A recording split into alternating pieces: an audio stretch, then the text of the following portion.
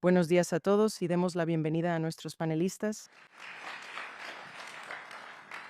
Estamos a punto de hablar sobre uno de los temas más persistentes en los titulares israelíes a nivel nacional y sobre el cual casi todas las cuestiones de política dependen. Estamos en un punto donde la política representativa es posiblemente la parte más débil del gobierno y el poder judicial es, indiscutiblemente, el más fuerte. Y eso ha tenido muchos efectos colaterales en la seguridad nacional, el crecimiento económico, la religión y el Estado, casi en cualquier tema que puedas mencionar. Am, Quiero abordar esta conversación con mucho amor y admiración por Israel y por su sociedad, porque a veces tiende a polarizarse o a volverse negativa. No hablo desde ese lugar. La pregunta es cómo seguimos adelante. Pero para lograrlo, tenemos que entender cómo llegamos a esta situación. Para empezar, primero voy a dirigirme a Gadi. Esta queja sobre el deep state, que es un término que no me gusta, pero la queja sobre el deep state o el estado profundo es algo que ahora se escucha en muchos países del mundo. Estados Unidos, Reino Unido, Corea del Sur, Brasil. Hay una lista en constante crecimiento. ¿Hay algo distintivo en el caso israelí? Jotam Sinri, el satírico, dice que en Israel la política electoral es un control sobre el gobierno y el gobierno reside fuera de ella, en los tribunales. Así que creo que, primero que nada, somos los más avanzados en este proceso y los más extremos y el único lugar que conozco donde la Corte cree que también puede dictar las reglas del juego, las reglas constitucionales del juego. No solo juega dentro del juego, sino que se ve a sí misma como autorizada para dictar una constitución y editarla o ejercer revisión judicial sobre ella. Así que no hay ningún límite sobre el poder de la Corte en Israel. Y en segundo lugar, el caso de Israel ha demostrado que en este juego las Cortes representan a las élites que son primero antinacionales y luego antidemocráticas. Y son antidemocráticas porque son antinacionales, porque la mayoría es nacional. Así que para superar el carácter nacional del Estado necesitas subvertir la democracia. Y lo que estas élites demostraron en Israel es que si intentas cambiar las reglas del juego desde dentro, ellos quemarán la casa. Y lo que pasó aquí en los días de la Reforma es el proverbial bebé del caso de Salomón. Ellos estaban dispuestos a partir al bebé en dos y la mayoría se retiró.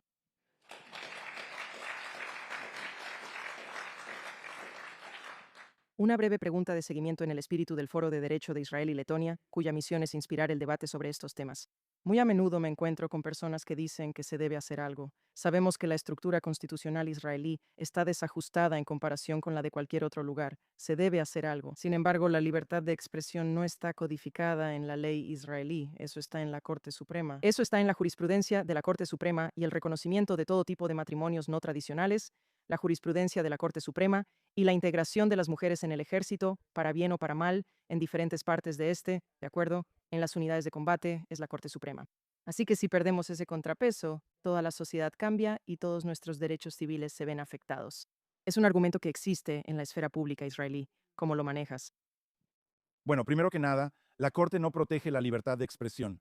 La única vez que se cerró un medio de comunicación fue por orden de la Corte. Fue Arutz Sheva por los Mitna Mitnachalim. Así que la Corte no protege los derechos de los individuos. Tenemos un historial horrible en derechos humanos. Las tasas de condena aquí son monstruosas. La detención aquí carece de límites y los tribunales solo la avalan. Así que la Corte toma partido en la política. Solo te daré un número, Elana, ya que no tenemos mucho tiempo. ¿Cuántas acusaciones se presentaron después de los disturbios de Kaplan?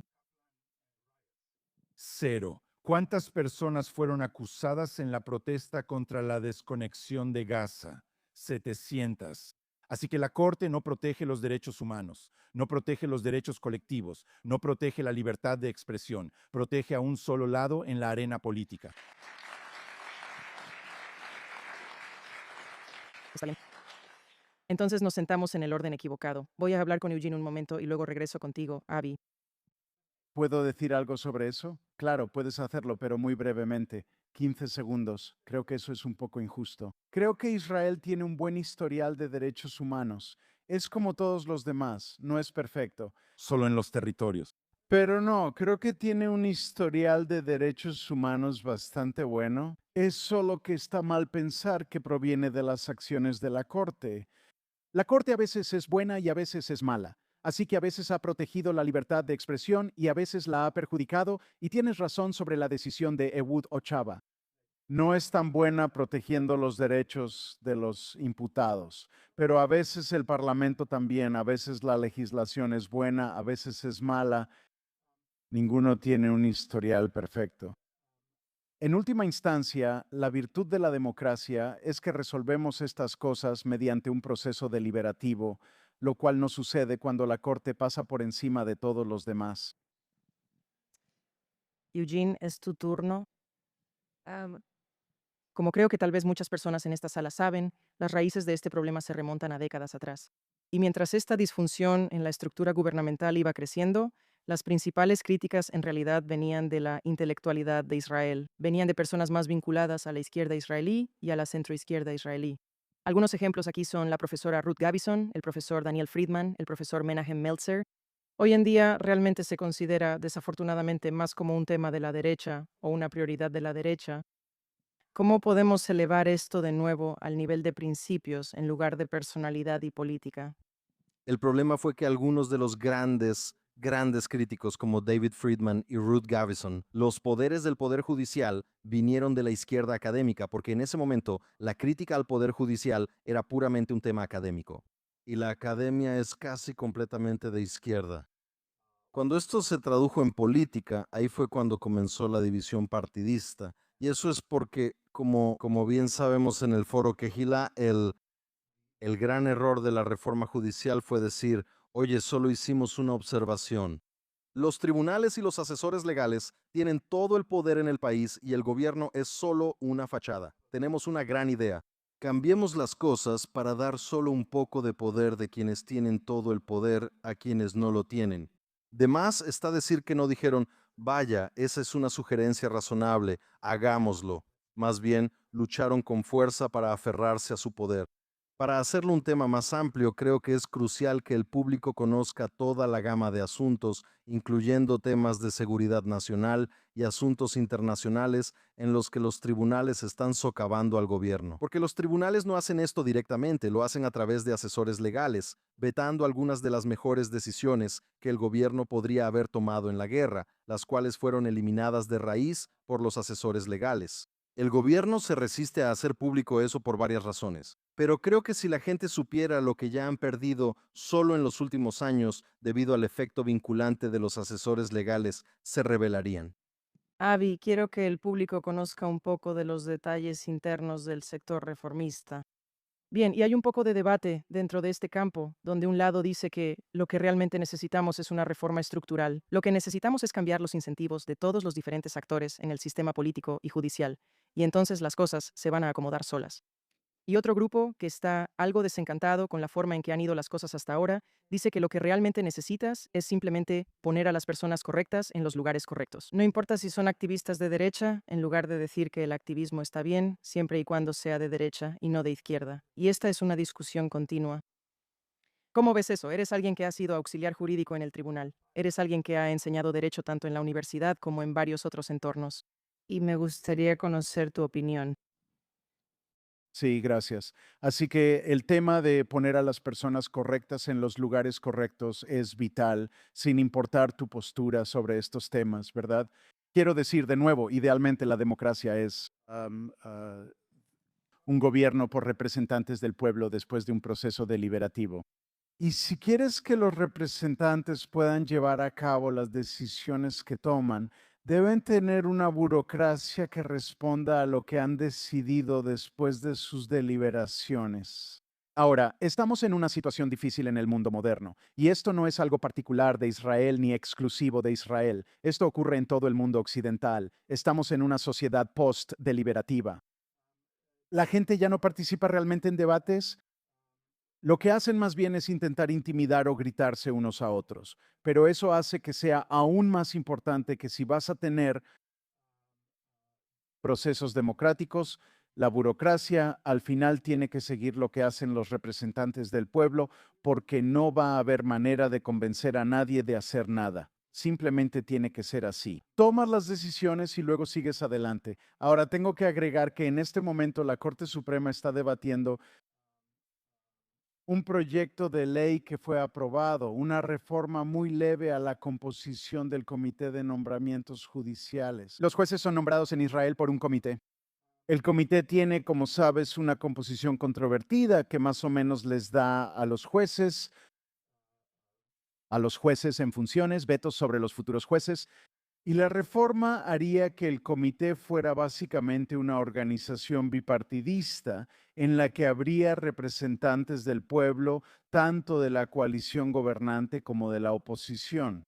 La Corte Suprema indicó muy claramente en las audiencias de esta semana que va a dictaminar que eso es inconstitucional.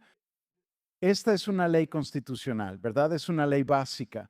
La Corte va a inventar un principio que va a ser retroactivamente incorporado en la fundación de Israel para anular esta nueva ley. Y ya han explicado lo que van a hacer, ya sabes, en el misticismo. Es algo malo que los políticos nombren a los jueces. El presidente de la Suprema Corte, en un video que ha estado circulando, dijo, no, nosotros sabemos mejor. Ya sabes, ¿quién quiere a los políticos? Si quieres tener las decisiones correctas, ¿quién sabe mejor lo que deben hacer los jueces que nosotros? Así que no puedes tener control sobre los nombramientos a menos que también tengas una reforma estructural que la Corte Suprema permita hacer cambios y realizar nombramientos. Y te diré, además de eso, ni siquiera puedes tener una reforma judicial o cualquier tipo de reforma estructural a menos que tengas cambios institucionales porque la Corte no lo permitirá. Bien, hemos llegado a los 3 minutos. Ahora tenemos una ronda relámpago partiendo de esta última respuesta tuya. Y espero que tengamos suficiente tiempo para que todos puedan dar 1 minuto de sus opiniones. Los estadounidenses tienden a decir, bueno, Israel necesita una constitución.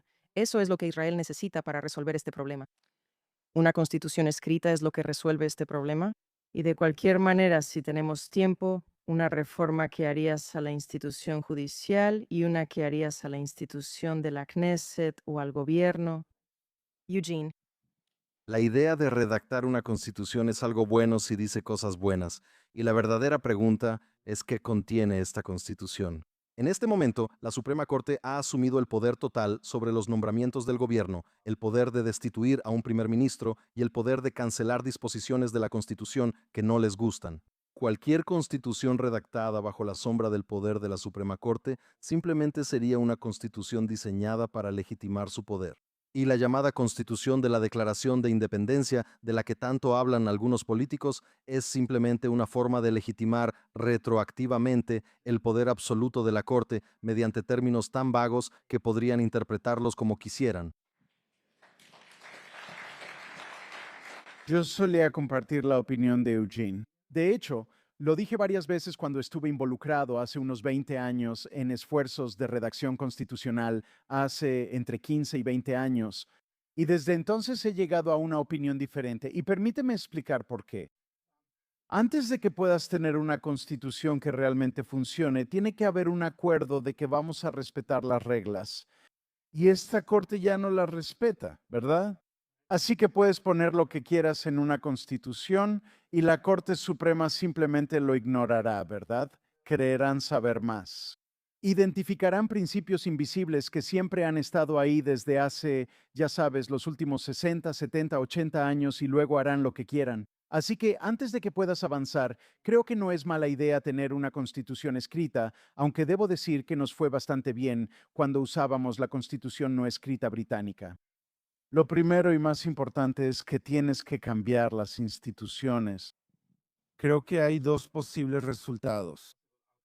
Una es que designemos un tribunal constitucional por la Knesset por encima de esta Corte Suprema, y ese tribunal será representativo de todas las opiniones del público, y por lo tanto tendremos la confianza del público. Y entonces se puede tener una constitución porque la respetarán. La segunda cosa es que simplemente nos dirigimos a un colapso constitucional. Y no creo que eso sea una guerra civil, como dijo Aaron Barak. Creo que sería más bien un encogimiento de hombros. Un día tomarán una decisión tan loca que todos los políticos simplemente les darán la espalda. Y como dijo una vez Hannah Arendt, la manera más efectiva de socavar la autoridad es la risa. Un día estas personas se convertirán en una broma.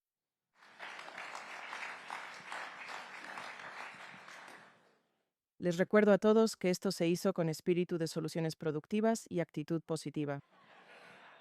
Am Yisrael Jai. Ha sido una conferencia maravillosa. Gracias.